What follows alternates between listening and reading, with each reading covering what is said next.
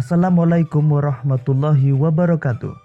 Pada kesempatan kali ini kita akan belajar pada tema 5, ekosistem. Subtema 2, hubungan antar makhluk hidup dalam ekosistem. Dan kita sampai pada pembelajaran ketiga. Sahabat cerdas, sebelum kita mulai pembelajaran kita, jangan lupa untuk berdoa terlebih dahulu.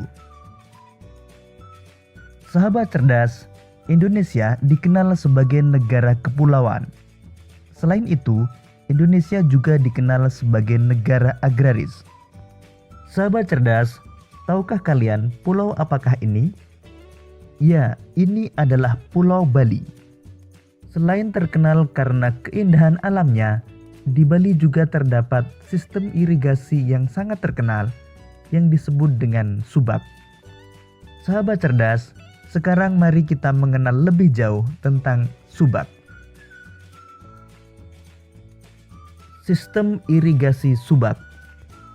Subak merupakan sekumpulan petani di Bali yang mengelola sistem irigasi yang ada di sebuah kawasan persawahan. Kawasan persawahan itu biasanya dibatasi oleh kenampakan alam seperti sungai, jurang, atau kenampakan lain yang jelas terlihat. Satu kelompok subak biasanya memiliki satu sumber air yang mengalir ke sebuah sungai yang melewati atau berada dekat dengan persawahannya. Para anggota kelompok subak menggunakan sistem gotong royong dan saling bantu dengan cara meminjam air, bukan utang piutang. Dengan demikian, setiap orang harus bertanggung jawab terhadap penggunaan air, juga terhadap petani lain sesama anggota subak.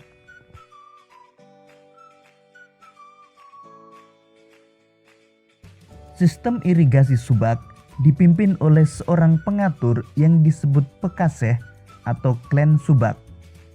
Para pekaseh bekerja sama dengan para kepala desa dan perangkat desa dalam menjalankan tugasnya.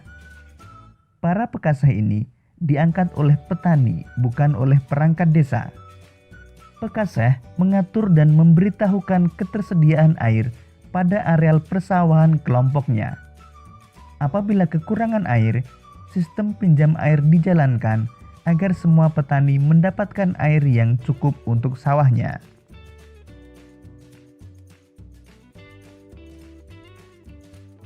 Sistem irigasi subak dibangun oleh masyarakat Bali sejak beratus tahun lalu sebagai bentuk kemandirian masyarakat dalam mengatasi persoalan air irigasi.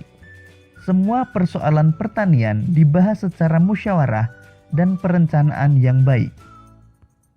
Termasuk di dalamnya membahas rencana pengairan, cara menjaga kualitas air, jumlah air yang akan dialirkan, waktu pengairan, dan siapa saja yang akan melakukannya.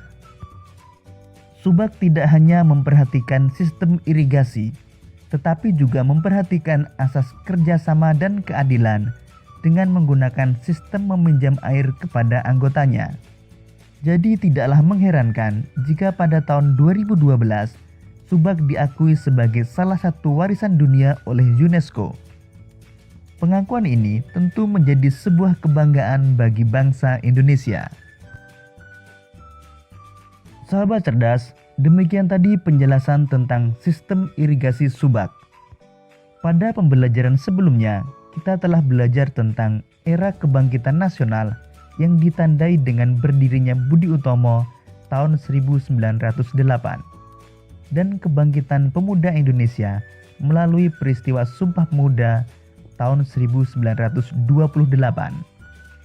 Dan dengan segala upaya, pada tanggal 17 Agustus tahun 1945, bangsa Indonesia mengumumkan kemerdekaannya kepada seluruh dunia melalui peristiwa Proklamasi Kemerdekaan Indonesia. Sekarang mari kita belajar lebih jauh tentang peristiwa Proklamasi Kemerdekaan Republik Indonesia.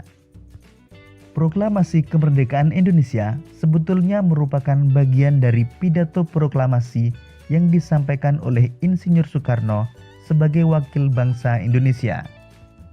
Proklamasi tersebut dibacakan pada tanggal 17 Agustus tahun 1945 pukul 10 waktu Indonesia Barat, bertempat di Jalan Pegangsaan Timur, nomor 56, Jakarta.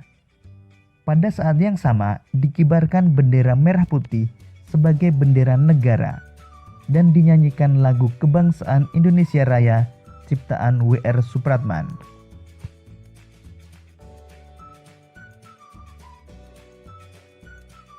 Setelah melalui waktu yang sangat lama, disertai pengorbanan besar seluruh rakyat Indonesia, akhirnya kemerdekaan dapat diwujudkan. Pada saat menjelang diproklamasikan kemerdekaan Indonesia, tepatnya pada tanggal 16 Agustus tahun 1945, terjadi penculikan terhadap dua tokoh bangsa Indonesia yang paling terkemuka, yaitu Insinyur Soekarno dan Dr. Andes Muhammad Hatta, oleh para pemuda pejuang Indonesia. Mereka dibawa dari Jakarta ke Rengas Dengklok, Karawang, Jawa Barat. Tujuan penculikan adalah agar kedua tokoh penting ini terhindar dari pengaruh ancaman dan tekanan pemerintah pendudukan Jepang.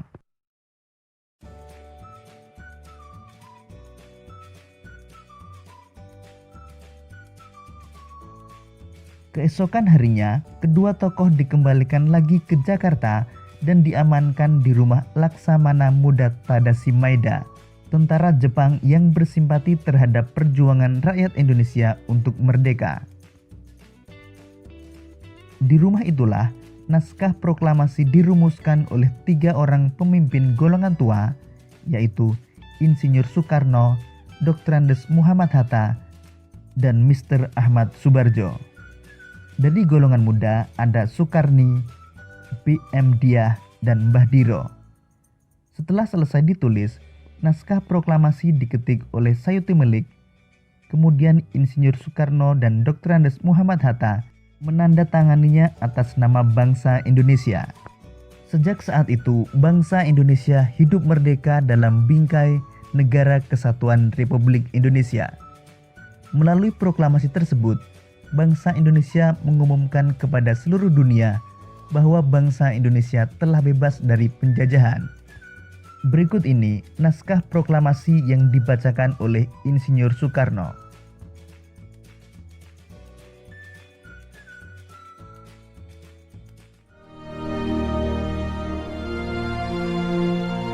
Proklamasi.